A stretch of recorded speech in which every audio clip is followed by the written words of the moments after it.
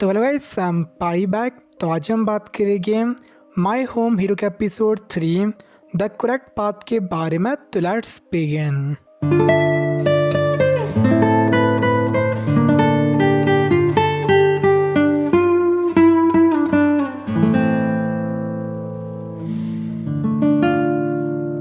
तो इस एपिसोड में हम देखते हैं कि नोबुतो की डेथ को 3 दिन हो गए थे और केसो तेसो ट्राई कर रही थी नॉर्मल लाइफ जीने की अपनी गिल्ड के साथ में।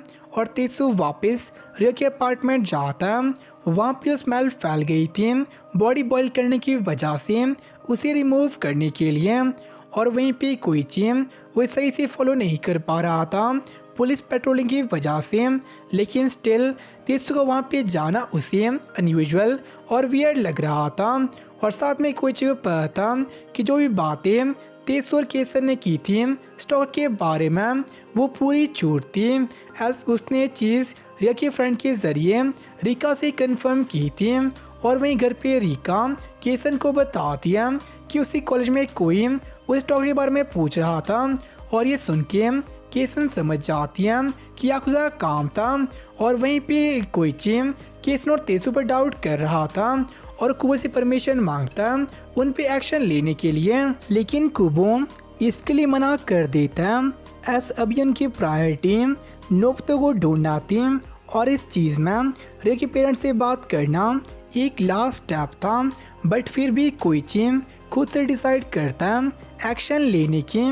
बट ये बात और बाकी मेंबर्स को भी सही नहीं लग रही थी। लेकिन स्टिल उन्हें ये चीज़ करनी पड़ती है और तेसु किडनैप करते हैं। और वहीं घर पे केसन को होस्टेज टाइप बनाते हैं। और कोई चीज तेसु को अपने अड्डे पे ले जाके स्टॉक के बारे में पूछता है।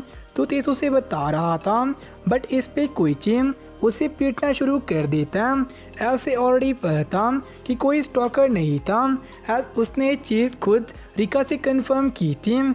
और ये सुन के तेसु बहुत ज़्यादा शौक था और उसे समझ नहीं आ रहा था उसे अब क्या करना चाहिए।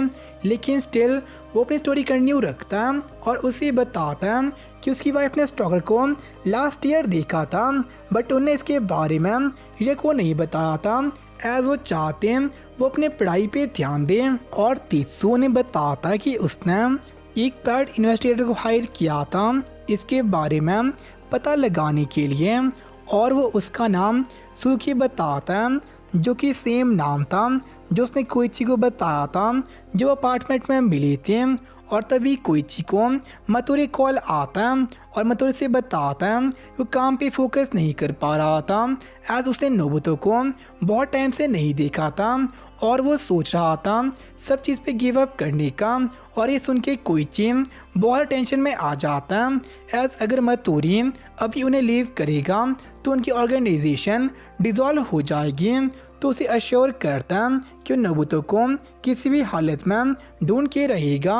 और इसके बाद वो तेसु को रूफ टॉप पे ले जाते हैं और उससे नोबुतो के बारे में पूछते हैं। जब से नोबुतो रिया के अपार्टमेंट से निकला था उसके बाद से वो कभी भी दिखाई नहीं दिया था। और ऑब्वियसली तेसु ये नहीं कह सकता था कि उसे कोई पता नहीं था एज उसने रिया को बताया था कि नोबुतो उस पर गुस्सा होके गया था।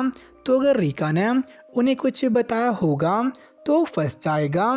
तो वो उनसे ही पूछता कि रिका ने उन्हें क्या बताया था बट इस पे कोई चीज उसे धक्का देता और हम देखते कि वो एक्चुअली रूफ टॉप पे नहीं थे बल्कि तेसु को एक क्रेन से लटकाया गया था। और जब एक आदमी उसे किक मारता तो तेसु को भी ये पता चल जाता है और उनमें से एक आदमी उसे बताता है कि रिका ने बताया था कि नोबुतो उसके अपार्टमेंट से गया था और जिसने भी चीज़ उसे बताई थी उसे नोबुतो को देखा होगा और इसलिए वो सब कुछ उससे पूछ रहे थे। और सुन के तेसु ने बताता कि उसने रिका को इसके बारे में बताया था बट उसे भी चीज़ सुस्क ने बताई थी।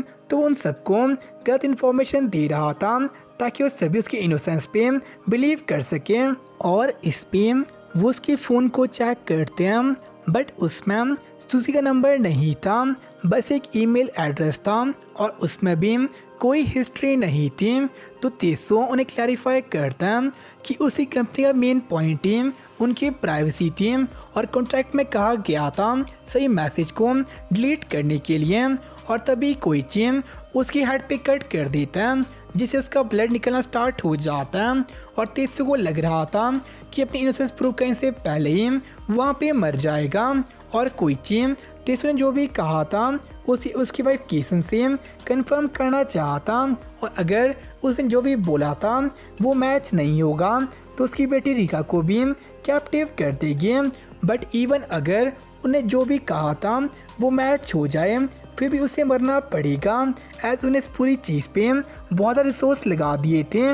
और ये सुन के तेत्सु की सारी उम्मीदें टूट जाती हैं और उसे लग रहा था जो भी उसने अभी तक किया था उसका फ़ायदा नहीं था। और वो सोच रहा था क्या वो चीज़ें डिफरेंटली कर सकता, बट इस चीज़ का कोई भी राइट आंसर नहीं था। और वहीं पे कोई चीज़ अपने मेंबर्स को कॉल करता है जिन्हें केसन को होस्टेज रखा था। और वो केसन से भी सेम क्वेश्चन पूछता है जो तेत्सु से पूछे थे और उसके आंसर भी बिल्कुल सेम थे। एज तेत्सु को ऑलरेडी पता कि जो याकुजा थे कभी ना कभी उनसे कांटेक्ट करेंगे, तो उसने केसन को एक लिस्ट दी थी क्वेश्चन और आंसर की जो याकुजा मोस्ट प्रॉबली उनसे पूछ सकते हैं। और उसका प्लान सही में ही काम कर रहा था। बट तभी कोई चीज केसन से पूछता है कि नोबुतो काम पे जा सकता है, बट एक क्वेश्चन उस लिस्ट में नहीं था तो इस समझ नहीं आ रहा था उसे क्या जवाब देना चाहिए। बट तभी नोटिस करती है कि वहाँ पे जितने भी लोग थे वो सभी एक टाइम लिमिट में थे, तो उनका टाइम वेस्ट करना शुरू कर देती है कुछ भी स्टोरी सुना के। और इस पे सभी मेंबर्स बहुत ज़्यादा कंफ्यूज और फ्रस्ट्रेटेड थे एज उन्हें कोइची ने इस जॉब के लिए फोर्स किया था। बट उसे कहते हैं कि वहाँ से जाने वाले थे, लेकिन कोइची इसके अगेंस्ट था और उन पे गुस्सा हो रहा था। लेकिन स्टिल सभी वहाँ से चले जाते हैं एज वो नहीं चाहते वहाँ पे अरेस्ट होना और पूरी चीज़ के बारे में कुबो को रिपोर्ट कर देते हैं। और तभी रिका वहाँ पे आ जाती है जहाँ पे केसन नॉर्मली एक्ट कर रही थी। और वहीं पे कुबो कोइची को कॉल करता है और उसे बताता है कि वो इंडिविजुअल प्रोफेशनल्स थे और वो कोइची को इस पूरे मिशन के चार्ज से निकाल देता है। और इसके बाद कोइची तेत्सु खोल देता है, बट वो प्लान कर रहा था उसे मार के नोबुतो की पूरी मौत का इंजाम उस पे लगाने का, ताकि हायर अप्स को परसुएड कर सके और अपने आप को सरवाइव करा सके। और तेत्सु उसे समझा रहा था कि अगर उसके मरने के बाद नोबुतो वापस आ गया तो इस पूरी चीज़ को वो हैंडल कैसे करेगा। बट कोई चीज समझने को तैयार नहीं था और वो उस पर अटैक करने वाला था।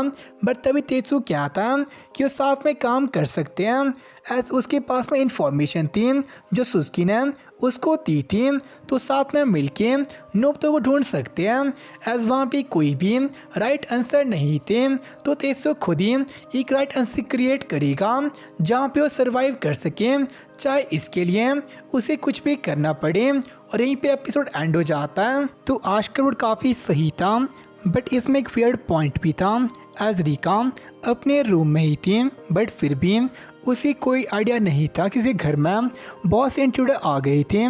बट इसमें हम कह सकते हैं इनकी गैंग बहुत ज़्यादा प्रोफेशनल थी। बट हम साथ में देखते कि रिका अभी भी नोबुतो के बारे में सोच रही थी जो काफ़ी वियर्ड था। और साथ में हम देखते केसन को जो कि उनका टाइम वेस्ट करने के लिए बहुत अजीब स्टोरी सुना रही थी और ये सीन काफ़ी ज़्यादा फनी था।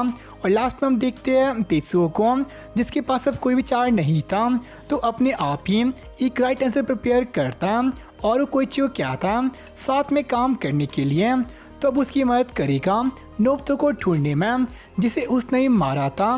तो हम देखते हैं कि नेक्स्ट वो क्या करेगा। तो मिलते हैं आपसे नेक्स्ट में, तब के लिए बाय सनरा। फील करो खुद को उड़ने लगा मैं आसमान में।